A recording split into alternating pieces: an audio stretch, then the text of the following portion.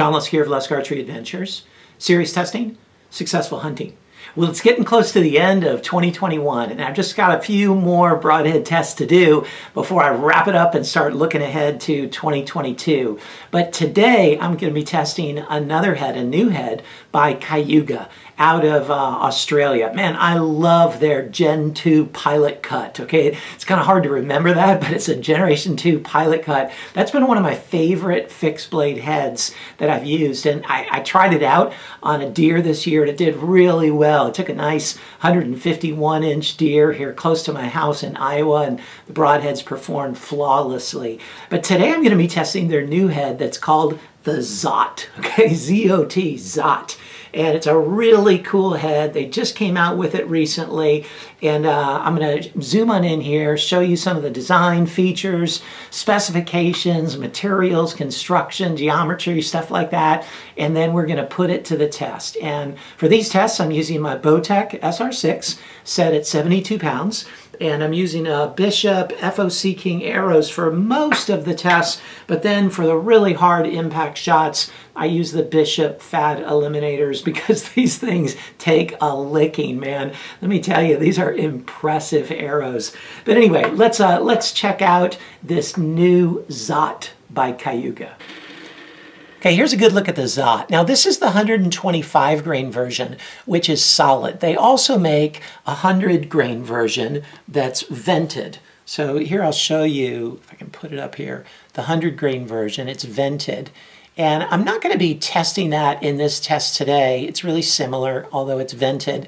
However, one thing I do want to point out, and it's really interesting, that you think of most vented broadheads as being pretty loud in flight. However, they've been able to give a radius or like a curve to the back of these blades. They're rounded. They found that it's the sharp edges that cause a lot of the sound as the arrow rotates in flight.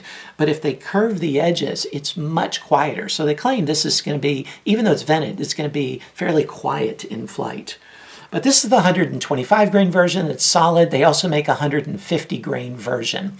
Now, the materials, it's made out of a single piece construction, metal injection molded of 420 martensitic stainless steel. It's brought to a Rockwell hardness of 44 to 46, which they find to be a good balance of durability and edge retention, not too brittle, and allows for an ease of resharpening or touching up. Even in the field, it's not very difficult to do that.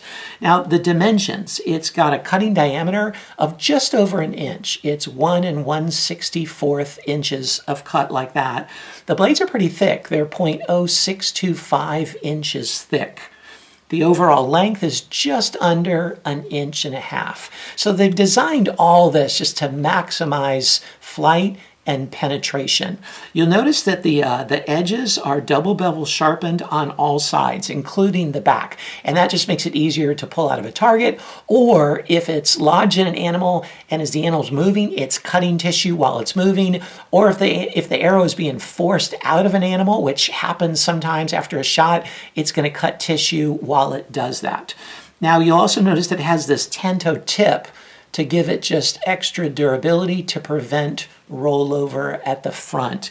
And it also has a nice extra support there to help prevent rollover. It's got the ferrule that extends all the way up to the end, but then it has this little extra, it looks kind of like a broadhead in and of itself. Like if you look at the ferrule as the shaft, the arrow, then here's this triangular tip just to give a little extra lateral support on each side, again, to prevent rollover. There's a couple really unique things about it though. First is these Hammertech channels, these Hammertech wound channels, as they call them. There's 3 on each side.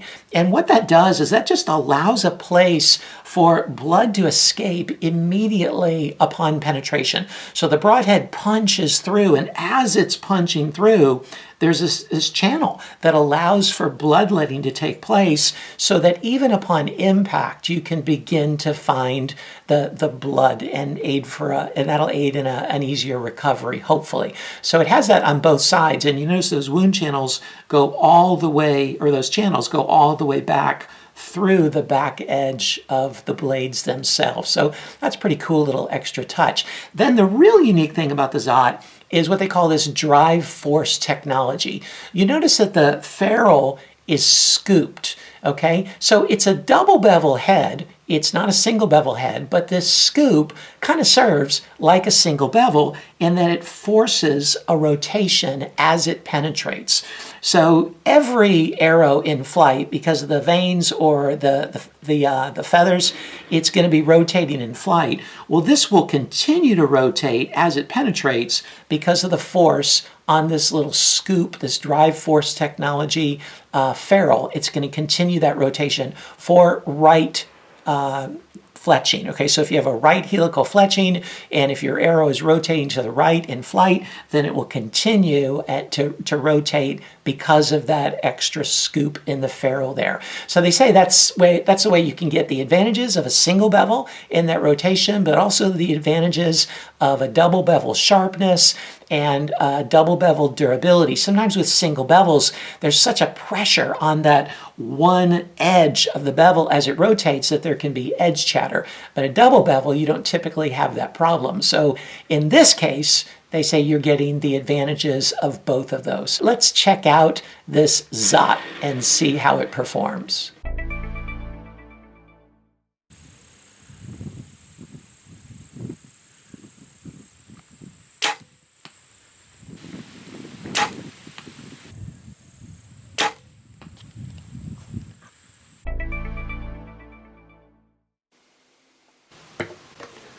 $175.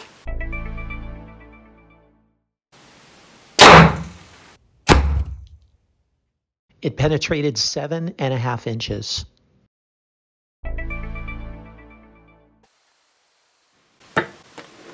$275.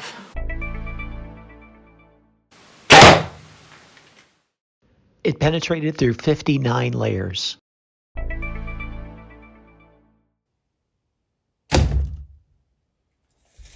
It rotated 16 degrees at 12 inches.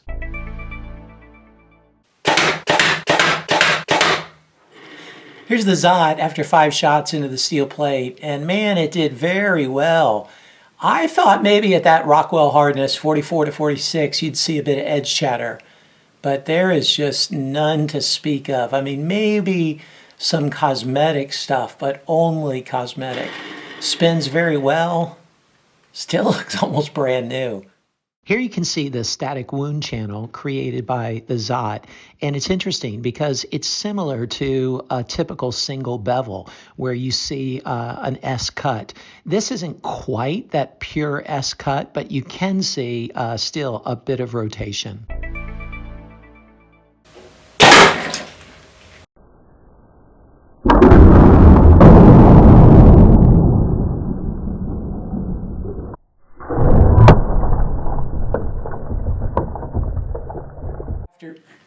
So here's the ZOT after sticking in the concrete, and man, it stuck really deeply, okay? It was difficult to get that out. You can see the lines about right there of how far it went into the concrete.